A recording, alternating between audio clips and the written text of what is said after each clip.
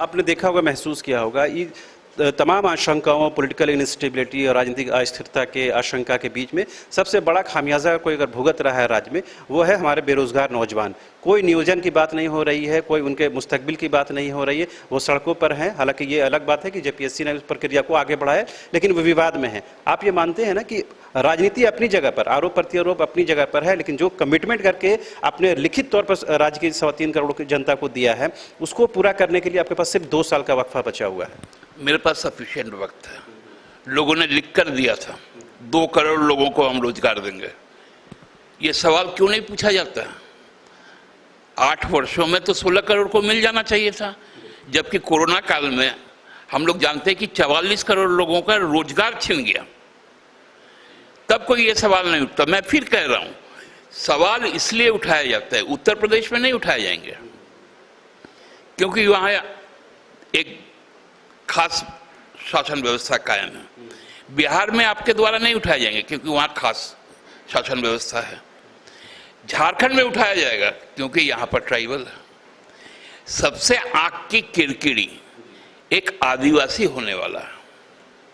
यदि ये आदिवासी के जगह में, मैं फिर कह रहा हूं, छत्तीसगढ़िया होता, तब कितने लोग पूछते थे रघुवर जी को कि हमें रोजगार दो। मैं ये सवाल उठा रहा हूं। नहीं, आपने बिल्कुल सही कहा। कल भी जिस तरह बातें आई पीसी में कि अगर सवाल के जवाब नहीं देकर के सिर्फ सवाल ही पूछा जाएगा, कोई उसका हल नहीं निकलेगा। और मेरी अपनी सीमाएं हैं कि हम झारखंड के दायरे में ही बात करते हैं, यूपी में नहीं जा सकते हैं, तो हम झारखंड के दायरे में, और झारखंड के 3.25 करोड़ जनता, और उसमें से बेसिकली हम सिर्फ बेरोजगार नौजवानों की आवाज़ उठाते हैं, क्योंकि मुझे लगता है कि नौजवान होने के नाते उनका सवाल उठाना, आप लोगों के माध्यम से सरकार तक पहुँचाना सबसे ज़रूरी है। बाकी जहाँ तक दुर्भावना का जो आरोप है, उसमें उसके स्पष्टीकरण मैं नहीं।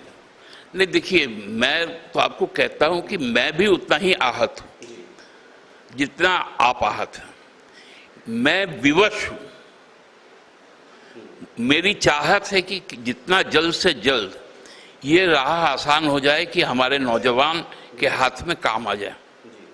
इसके लिए हम लोग व्याकुल हैं, लेकिन जो सीमाएं बांधी जा रही है हम लोगों को, मैं कह रहा हूं कि उन सीमाओं को तोड़ने में हमें जो संघर्ष करना पड़ रहा है, उस संघर्ष में वो लोग भी हमारे साथी बने। क्योंकि यदि इस संघर्ष को हम नहीं जीत पाए तो फिर से अब हमारा जो मुस्तकबिल है, जो आप कहें फ्यूचर जो है, वो फिर से खतरे में आ जाएगा। ये बड़ी लड़ाई है। इस लड़ाई को हम लोगों को साथ में मिलकर लड़ना। 1-2 छोटा सवाल पूछ लेते हैं। ये हम मान के चले कि झारखंड के हेमंत सोरेन सरकार अपना बचा हुआ कार्यकाल पूरा करेगी? निश्चित तौर पे करेगी, क्यों नहीं करेगी। फ्लोर ऑफ द हाउस हम मेजोरिटी पे हैं, हमें कौन डिगा सकता। जनता का आशीर्वाद हमारे साथ है।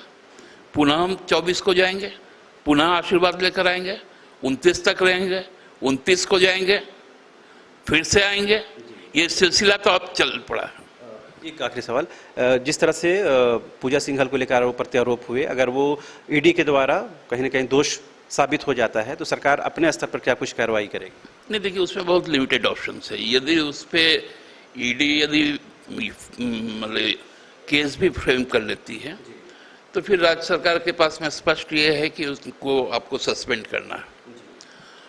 सस्पेंड करने के बाद में उसको आपको कैबिनेट से पास करवाना है, और वो जो मामला है वो डीओपीटी को चल जाएगा, जो केंद्र सरकार के अधीन है। अब फैसला, अंतिम फैसला पूजा सिंघल पर क्या होगा, वो डीओपीटी करेगी। उसमें राज्य सरकार का हस्तक्षेप नहीं होता है। एक आखिरी सवाल, चूंकि हम ये जानते हैं कि संवैधानिक तौर पर ये 5वीं अनुसूची का क्षेत्र है, 5th शेड्यूल का एरिया है।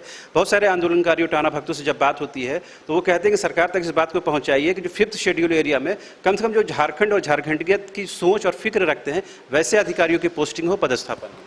नहीं, ये बहुत सही सोच है लोगों की, लेकिन हम देखिए, कल भी हमने इस बात को कहा कि हमारे पास में अधिकारी है ही नहीं, और जो भी अधिकारी हैं, ये मानकर हम लोगों को मानना चाहिए। आज की जो वर्तमान व्यवस्था है, चाहे वो एग्जीक्यूटिव हो, चाहे जुडिशरी हो, मैं खुलकर कह रहा हूँ, वो कहीं ना कहीं एक सर्टेन पॉलिटिकल जो थॉट है उसके प्रति इंक्लाइंड हो चुकी है।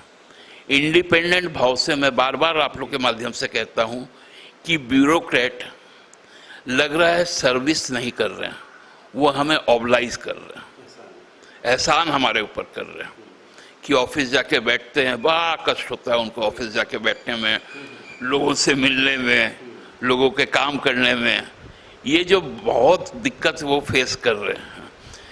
तो हमको लगता है ये मनोभाव जन आंदोलन के द्वारा ही समाप्त होगा और ये जन आंदोलन कभी रुकना नहीं चाहिए, इसको और मजबूत होना चाहिए। तो आपने सुना, ये थे झामुमो के वरिष्ठ नेता सुप्रियो भट्टाचार्य जी, जिन्होंने बेबाकी से अपनी बातें रखी और उन्होंने कहीं ना कहीं मीडिया के जो कार्यशैली है उस पर भी कहीं ना कहीं निशानदेही की। हमारी कोशिश बस यही है कि तथ्यों के आधार पर बातों को रखा जाए और उस समाज की बात को रखा जाए जिस समाज की बात सरकार के गलियारों तक नहीं पहुंच पाती है। खासकर बेरोजगार नौजवानों के सवाल को हमने उठाया। उम्मीद की जानी चाहिए सरकार के जो बचे हुए कार्यकाल हैं उस कार्यकाल में बेरोजगारों को लेकर, नौजवानों को लेकर और यहाँ के नियोजन को लेकर जो कमी रह गई है उस कमिटमेंट को पूरा करने की हर मुमकिन कोशिश होगी। कैमरा पर्सन हृदय के साथ रांची से न्यूज़ बाइस्कोप के लिए शहनवाज।